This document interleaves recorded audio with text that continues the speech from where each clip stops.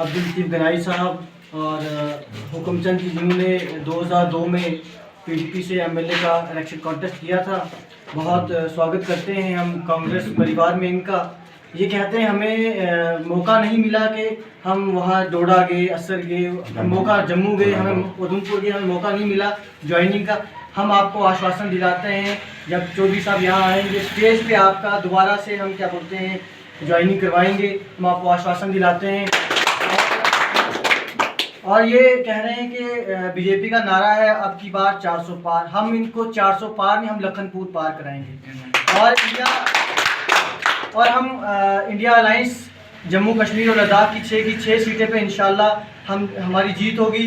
और ये जो जम्मू कश्मीर की सियासत जो पूरे दुनिया में दिखाते हैं कि हमने वहाँ पे 370 हटा के आर्टिकल 35A को हटा के जो अच्छे काम वहाँ पे हो रहे हैं, हम 6 की 6 सीटें यहाँ पे जीत के इनको बताएंगे इन्होंने कितने मजालिम हम पे ढाए हैं, उनका हम पूरा इनको जवाब देंगे।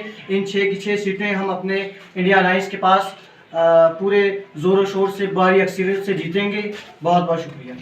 मैं बार बार कह रहा हूं कि आप लोगों के चैनल का बहुत बहुत स्वागत करते हुए इंडियन नेशनल कांग्रेस में हमारा ज्वाइन करने का मकसद एक ही है कि जो हमारे साथ खिलवाड़ हुआ है दफ़ा 370 का 35A का, और जो हमारे गरीब लोगों की ज़मीनें छीनी गई हैं और 1,25,000 डेली वेजर्स और नीड बेस के वर्करों के परिवार जो कम से कम 15-15 साल से जो रो रहे हैं, और जो मेरे एसपीओ भाई हैं और उनकी डिमोशन करके 4,000 रुपये पे जिन लोगों को लाके खड़ा किया हुआ है, इस हुकूमत को मैं समझता हूं कि लखनपुर पार पहुंचाने के लिए जितना हम सब लोगों से सेकुलर लोगों से जोर हो सकता है तो उतना लगा के तो हम यही एक अपना अकीदा लेके चल रहे हैं। कांग्रेस पार्टी एक वो जमात है जिस कांग्रेस पार्टी के जमात के लोगों ने हिंदुस्तान की बहबूदी और भलाई के लिए अपने प्राण और बलिदान किए हुए हैं। जैसे स्वर्गीय प्रधानमंत्री इंदिरा जी की बात करें, राजीव जी की बात करें, महात्मा गांधी जी की बात करें, फिर उसके बाद राजीव गांधी का छोटे भाई का नाम संजय गांधी की बात करें। इन लोगों ने बलिदान किए हैं मुल्क के लिए।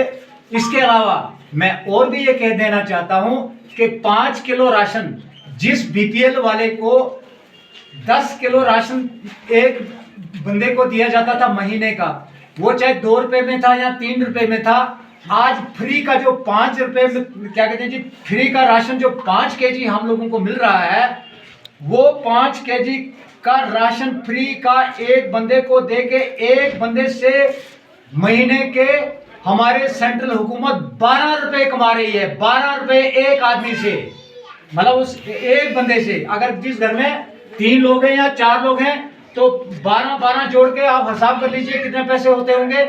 और फिर पूरे ब्लॉक की बात करें, फिर पूरी कॉन्स्टिट्यूंसी की बात करें, डिस्ट्रिक्ट की बात करें, फिर रियासत की बात करें, फिर बाकी अदर रियासतों की बात करें, कितना पैसा ये जोड़ रहे हैं। इन्होंने फ्री राशन देके कोई हम पे एहसान नहीं किया है।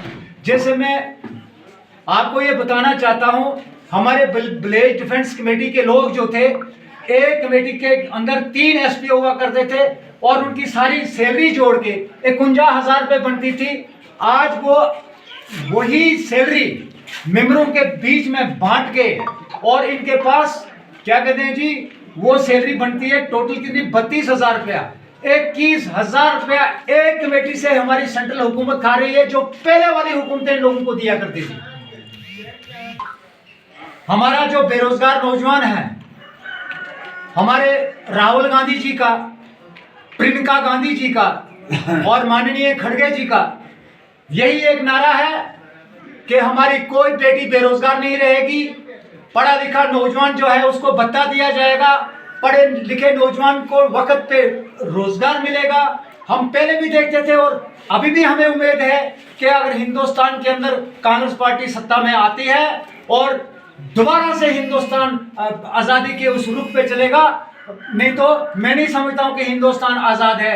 अगर 2024 के बाद भी इन लोगों का हाथ रहा, मैं सेकुलर लोगों से ये अपील करना चाहता हूं कि अगर 2024 के बाद भी इन्हीं लोगों के हाथ में सत्ता रही और जैसे उत्तर कोरिया में किंग जॉन अपनी तानाशाही हुकूमत चला रहे हैं और जैसे बाकी मुल्कों में डिक्टेटरशिप चल रही है, उसी तरीके की डिक्टेटरशिप हिंदुस्तान में चलेगी।